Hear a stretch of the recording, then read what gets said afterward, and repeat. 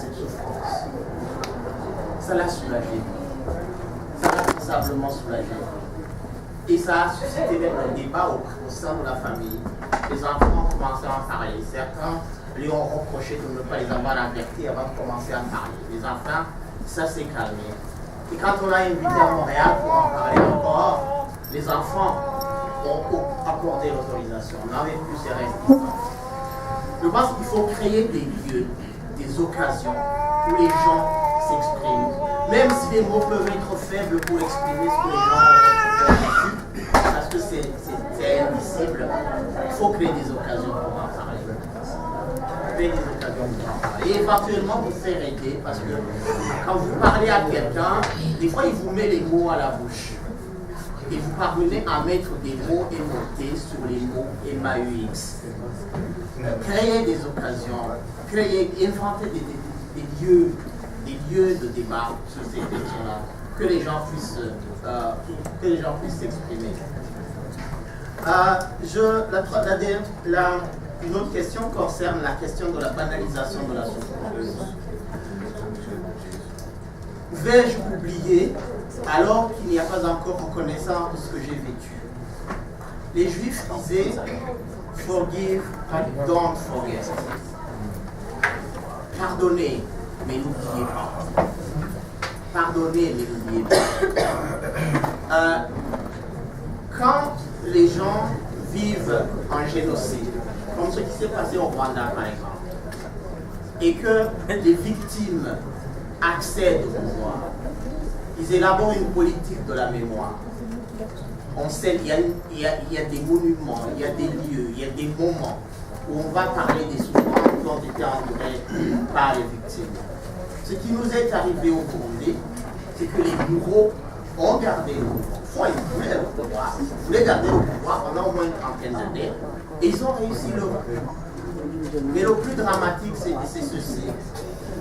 Les premières victimes, les premières générations sont tellement traumatisées qu'elles n'osent pas toucher à ces questions. On l'a vu en Espagne, après la mort de Franco en Espagne, je l'ai dit hier, Franco a pris le pouvoir en 1939 après une guerre civile atroce et il a régné sur l'Espagne jusqu'en 1975. Quand il est mort, et je vais répéter ce que j'ai répété hier, deux généraux s'en vont dans un hôpital où Franco est mourant. Un médecin a déjà annoncé que ce gars-là qui est dans le coma ne s'en sortira pas. Alors deux généraux vont voir le général Franco sur son lit de mort et l'un d'eux dit « Mon cher général Franco, vous ne pouvez pas vous imaginer la joie que j'ai de vous voir sur ce lit de mort, en sachant que vous allez crever, avec toutes les souffrances que vous nous avez imposées. Je suis vraiment heureux de savoir que vous allez crever. » Et l'autre général dit « Imbécile, arrête de parler comme ça, s'il se réveille, il va nous tuer. »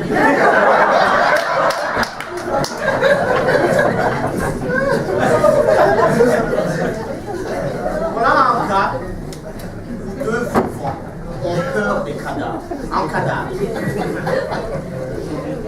C'est pas le seul cas où les humains ont peur des cadavres. Alors, en Espagne, je vais ajouter ce que j'ai dit aussi hier. La première personne à avoir élaboré ce qu'il a appelé une loi sur la mémoire historique en Espagne, c'est le premier ministre José Luis Zapatero.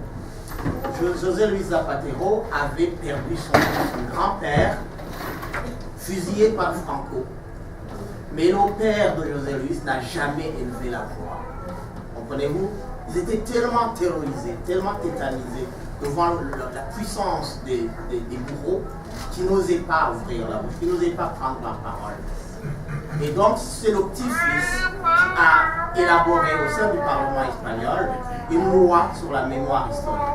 C'est à partir de ce moment-là qu'on a commencé à dire on va aider les victimes. Notamment, on va ouvrir les fosses communes, on va aider les victimes à identifier les leurs qui ont été enterrés comme ça à la sauveille. Donc, il ne faut pas vous étonner que les nôtres touchent à ces cas bagages. Ils touchent et il se brûle. Alors certains louvoient. Ils disent, oh bon, d'accord, on va mettre sur pied une commission vérité et réconciliation. Mais cette commission a déjà enrhumé systématiquement les bâtons dans les roues. La commission nationale, terre et autres biens, a voulu rétrocéder des biens qui avaient été spoliés. Vous avez vu le tollé que ça a donné. Donc les gens regardent, les gens connaissent l'existence de ces dossiers, ils s'y touchent et ils reculent rapidement. Comprenez-vous? Donc c'est un travail de longue haleine qui nous attend. C'est un travail de longue haleine qui nous attend. Et vous connaissez le proverbe, so akwanse akuradibia munami. Un père qui te déteste te lègue des patates chaudes. C'est un des dossiers qu'il n'a pas pu régler. Je pense qu'on doit, nous, notre génération, doit essayer d'en faire le plus possible. Et puis, les autres générations continueront. On est un peu comme dans le relais suédois. On court, on transmet le témoin, et puis d'autres continuent. D'autres continuent. Je pense que c'est tout ce que j'avais à dire sur ces questions. Je ne sais pas si j'ai répondu à votre satisfaction. Merci Fabien. Et je vais demander encore un peu de patience, comme on l'avait promis, pour ne pas en frustrer certains, ceux qui sont sur la rangée de derrière. On va faire un dernier tour, si jamais il y a des questions. S'il n'y en a pas, ne les inventez pas. Alors, on a une question ici, une question là-bas, ça fait 2. Est-ce qu'il y a encore une question sur la dernière rangée? Non, on a 2 questions sur la dernière rangée. Du coup, on a une 3e question ici. Du coup, on a madame la 4e question. Et on a madame ici la 5e question. Et c'est bon. Ok, et là-bas la 6e question. Et ce sera tout. Ce sera tout. S'il vous plaît. Oui.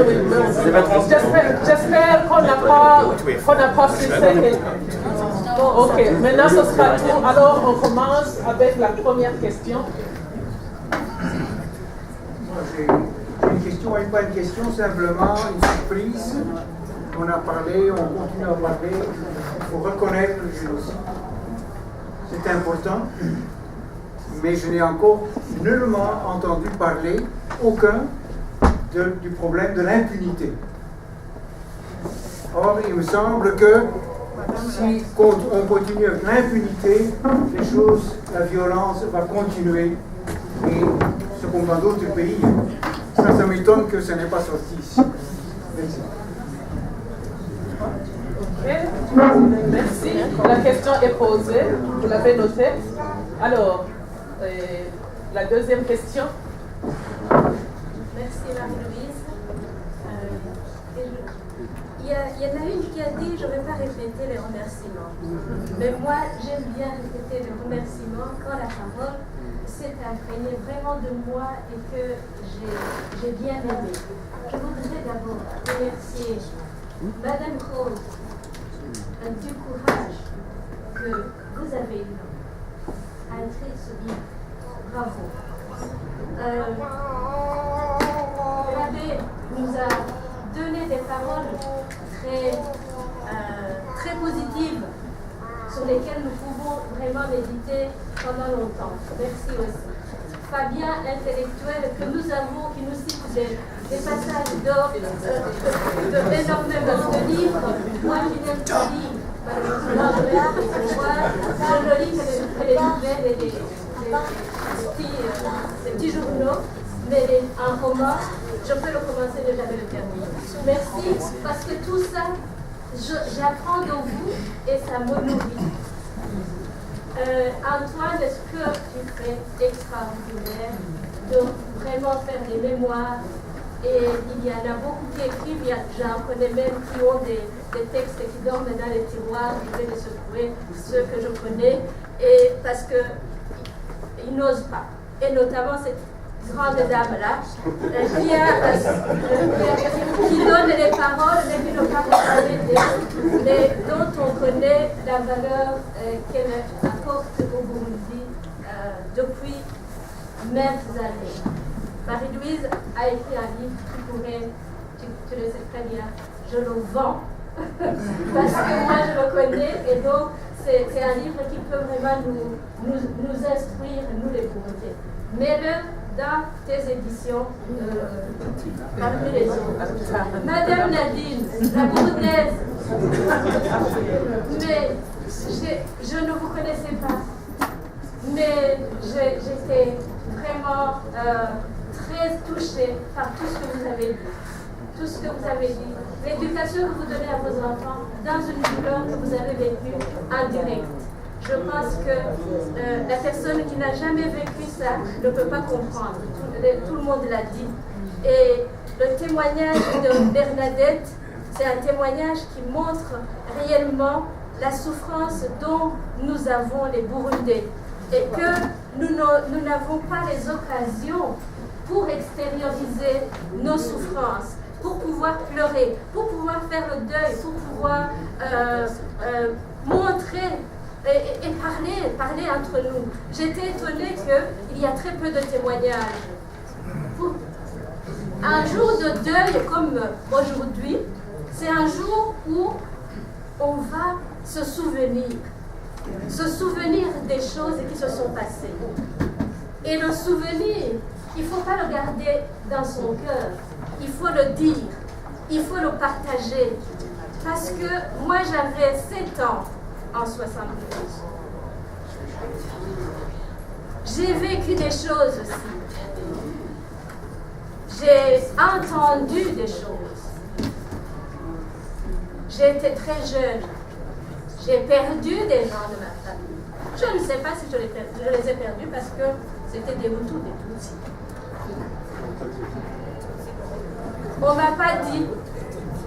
Ma maman m'a toujours préservé de ça. Et a toujours préservé toute ma famille de ça. De sorte que si je suis ici devant vous aujourd'hui, je suis venue commémorer les morts de 1972. Simplement, avec mes frères et sœurs burundais. Et sûrement mes frères et sœurs burundais qui sont victimes, qui ont perdu les leurs en direct. C'est pour ça que je suis ici. C'est la première fois que je participe et je dois vous avouer que ça m'a énormément touché tout ce que vous avez dit et la direction dans laquelle on peut aller. Mais ma proposition est après je le fais. Ma suggestion. J'étais mercredi dernier à Liège. C'était aussi une commémoration. Une commémoration des victimes des massacres de 2015 à 2017. J'étais étonnée de voir que, je peux me tromper, qu'il n'y avait que des Tutsis. Très peu de Hutus. Il y en avait, hein? Il y en avait. Attention. Alors, aujourd'hui, il y a 2 commémorations. Il y a encore 3 commémorations à Bruxelles. Il y a le MSD qui fait ces choses de son côté. Oui. Il y a un autre groupe qui est en train de commémorer à l'ULB. Il y a ici. Il n'y a pas de concertation. Alors moi, je me suis dit, j'ai été dans la commémoration des Tutsis à mercredi. Aujourd'hui, je vais chez les Hutus. Voilà, pour équilibrer. Donc, moi voici, c'est sûr, il n'y a pas moyen. Il n'y a pas moyen, mes chers frères et sœurs, de fédérer toutes ces victimes et que chacun se sente victime de son époque, mais que nous puissions pleurer ensemble.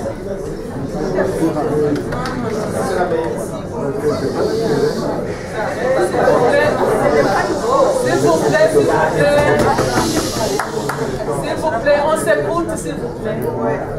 Que nous puissions pleurer ensemble et que nous puissions faire avancer les choses ensemble. Parce que si nous nous mettons pas ensemble, les choses ne vont pas avancer comme nous le voulons. Parce que chacun va se dire, moi je suis plus victime que l'autre. Il n'y a pas plus victime que l'autre. Si vous avez perdu votre papa, j'ai perdu mon frère, elle a perdu son papa et l'autre a perdu sa maman, ses frères et sœurs. Donc, nous avons tous perdu. Est-ce qu'on peut mettre sur une balance la douleur que chacun de nous a? C'est pas possible.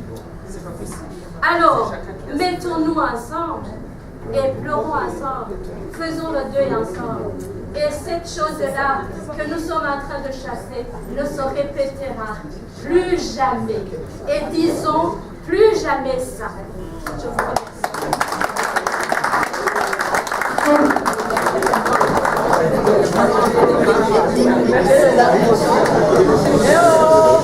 Les amis, on a encore 3 interventions. Merci à Juliette.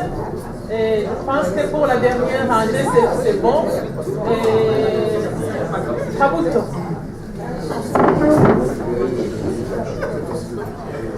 Merci beaucoup. S'il vous plaît, votre attention. Merci à Madame Léa Rosé. Merci à Madame Nadine. Et j'ai lu le livre. Moi, j'ai aussi participé au témoignage.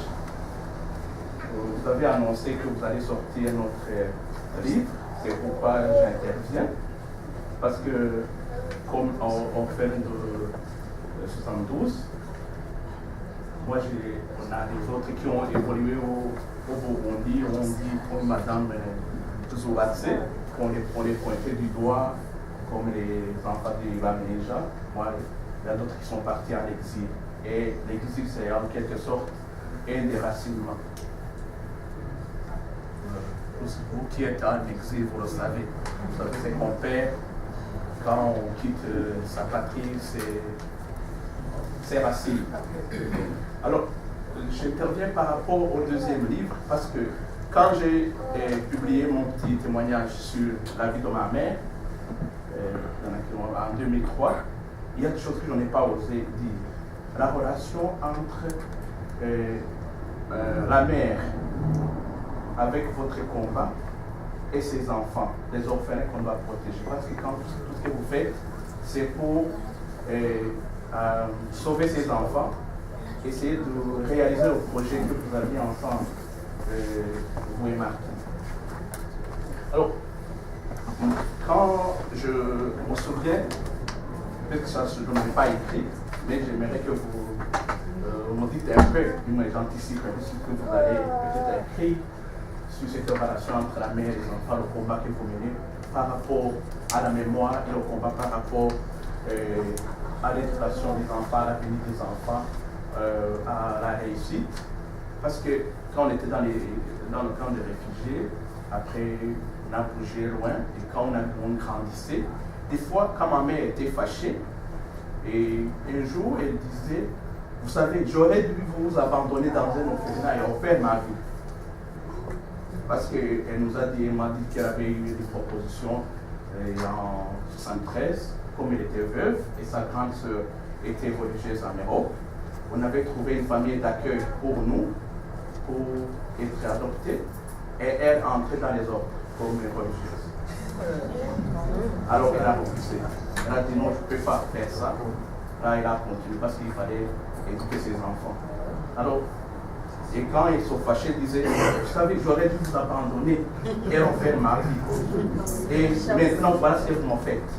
Alors, j'aimerais savoir de votre côté, cette relation avec la lutte que vous menez pour la mémoire et la relation avec nos enfants.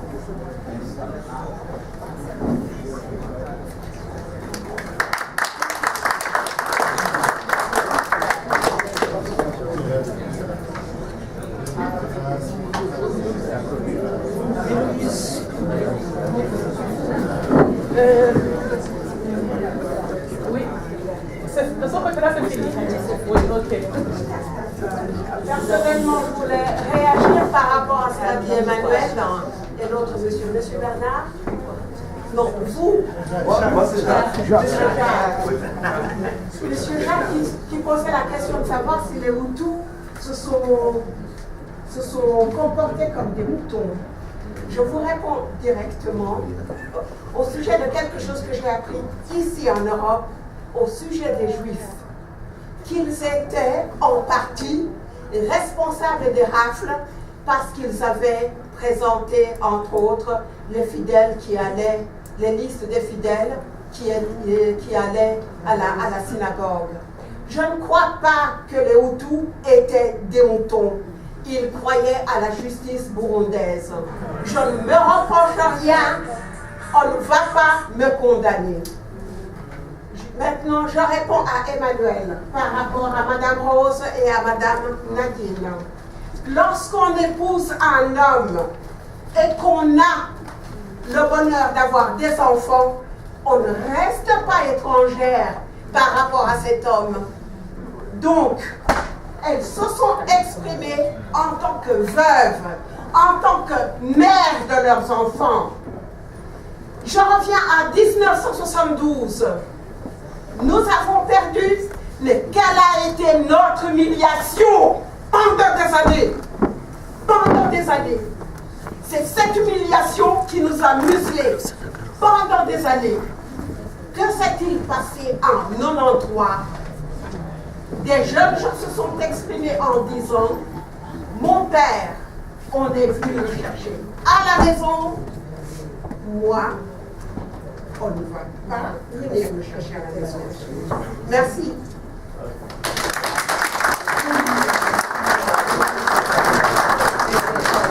Merci de la contribution.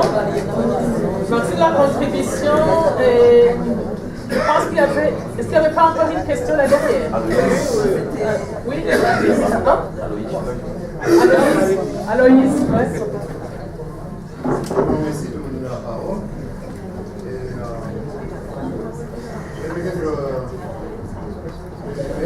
Et refaire les remerciements aux organisateurs qui le font chaque année. Vous venez à l'année prochaine en et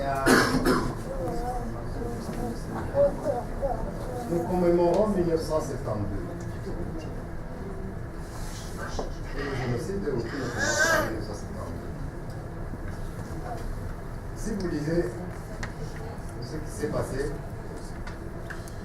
il a presque commencé quand les réfugiés rwandais sont arrivés au Burundi, à se mettre progressivement en place. Lisez bien le livre de Nadine et vous comprendrez. Et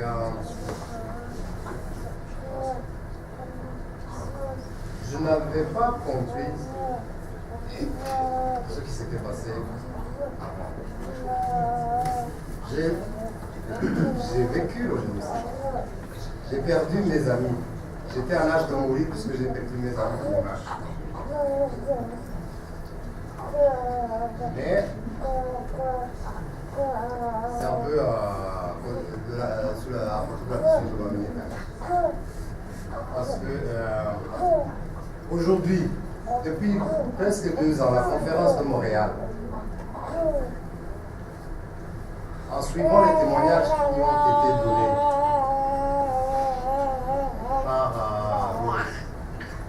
par Nadine, en lisant les témoignages qui ont été donnés sur le site du collectif. Un certain Laurent, un certain Kagimbiri Salvatore. En écoutant la BBC à ce moment-là, qui a fait des émissions sur le génocide de 1972 et en interviewant Sibana Niapo. Quelqu'un, un autre, s'est exprimé aussi pour dire comment ça s'est passé en 1972. Emmanuel, c'était tous des Tutsis qui m'ont convaincu de la réalité de cette histoire.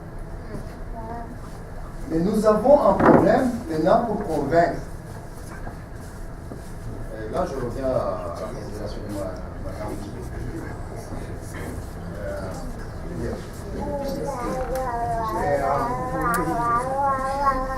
nous avons maintenant un problème. Moi, j'ai compris. Depuis 2 ans, j'ai compris la genèse des choses. Donc, notre génération, de 72, on est au-delà de 60 ans et plus. De la politique, de l'actualité est en train d'être menée par des jeunes générations de 30-40 ans qui ont écouté les discours officiels, qui, quand t'entends dire ce que tu dis maintenant, te disent non, c'est pas vrai. Des Hutus ont tué, des Hutus ont été punis.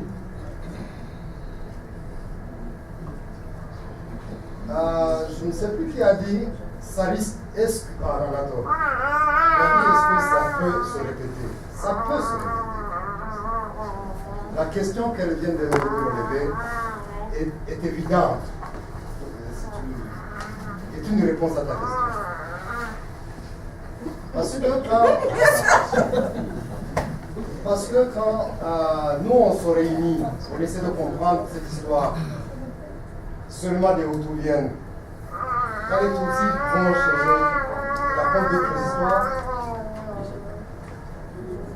qu'est-ce qui se développe dans les esprits des Hutus? Dans l'esprit des Hutus, ils se disent, ah, ces politiciens Tutsis qui se réunissent, ils vont nous reproduire la même histoire. Et ça peut ça reproduit. Mais je ne sais pas si pour que ça ne se produise pas, il faut que des gens parlent. Il faut que des gens écrivent. Il faut que chaque année. Bon, nous, on dit, bon, comment quand on a parlé de il y a des choses qu'on raconte ici qu'on ne lit nulle part. Nulle part. Et à partir de ce moment-là, on n'a pas même une base pour porter plainte. Tu vas porter plainte avec quoi? Avec ces documents, avec ces livres. On peut même convaincre quelques d'autres, des Tutsis, qui croient vraiment que en 1972, des Hutus ont organisé des massacres. Je ne sais pas si vous avez compris, c'est pas vrai. Il n'y a pas de Hutus qui ont organisé des massacres en 1972. Je le sais maintenant depuis 2 ans.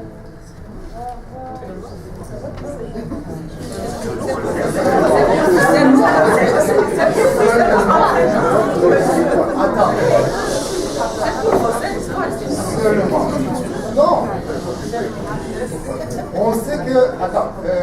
Dernièrement, j'ai lu sur un témoignage sur WhatsApp de Kourou Simon. C'est même, vous comprendrez, même Kourou Simon, un grand journaliste qui était à l'école avec mon papa, il était devant moi. À 72, il était 2 ans avant moi. Il nous répète encore l'histoire officielle. C'est peut-être pour les jeunes Tutsis qui ont grandi dans ce discours. La seule solution, c'est que les gens qui ont des témoignages écrivent. Et c'est le mérite de Rose, c'est le mérite de Nadine, que j'espère aussi va écrire. Parce qu'elle n'a pas dit, elle n'a pas tout dit. Elle n'a pas tout dit. Elle connaît beaucoup de choses. Elle est parmi les gens qui m'ont fait comprendre la réalité de 72. Comment elle a été organisée. Rose, quand je l'ai écouté, quand j'ai lu le livre, quand je l'ai écouté à Montréal, c'était bon. Il y a des choses qui sont.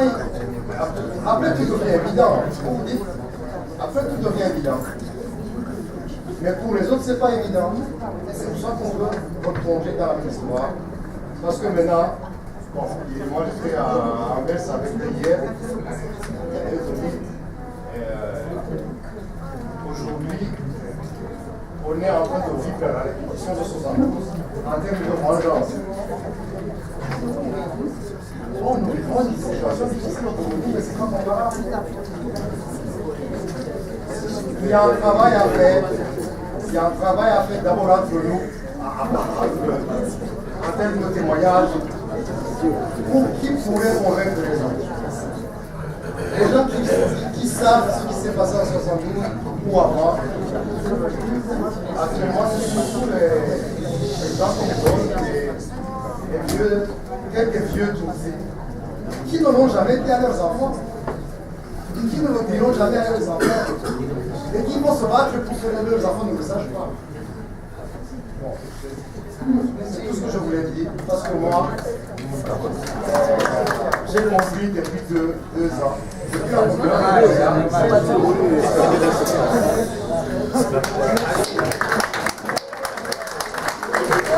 Merci. Encore un peu de patience. Il reste 2 petites interventions, puis on donne la parole au podium pour clôturer. Madame. Moi, je vais d'abord dire merci, même si on nous a dit de ne pas dire de remerciements. Merci à ceux qui ont organisé cette journée, surtout l'association des survivants des victimes, qui ont fait ce travail depuis longtemps, dans l'ombre, parce que, comme on a déjà dit, on a imposé le silence. On ne peut pas exprimer ce qu'on ressent. Moi, je ne sais même plus dire si je souffre ou pas. J'ai vécu la même chose qu'on a dit Bernadette. Moi-même, je m'appelle Bernadette. On a presque la même histoire. Je ne vais pas et je vais dire aussi merci à nos mamans. Maman Rose Aramisi, qui connaît ma famille, je crois, et Nadine. Merci beaucoup. Pour le travail que vous avez fait. Moi, maintenant, je vais commencer à vivre. Ce que je veux dire, je vais commencer à partir de cette année, je me suis sentie soulagée. J'ai longtemps crié, on disait c'est une malade. Comme a dit hier le professeur Fabien, avec tout ce qu'on a vécu, de traumatisme et tout, quand on disait non, c'est là, c'est une malade psychologique, trop de colère, tout bien, voilà. Maintenant, ce que j'ai dit, je vais commencer à vivre, parce que maintenant, on nous a redonné la vie. Parce que moi, j'en ai souffert depuis toute petite, comme on nous a pointé du doigt depuis à l'école primaire, et on ne nous a pas dit notre histoire, parce qu'on était des maudits. Donc voilà. En gros, c'est ça. Et j'ai juste une petite question pour demander à Madame Rose, parce que vous avez dit du docteur Amédée, je crois que mon père a vécu la même chose.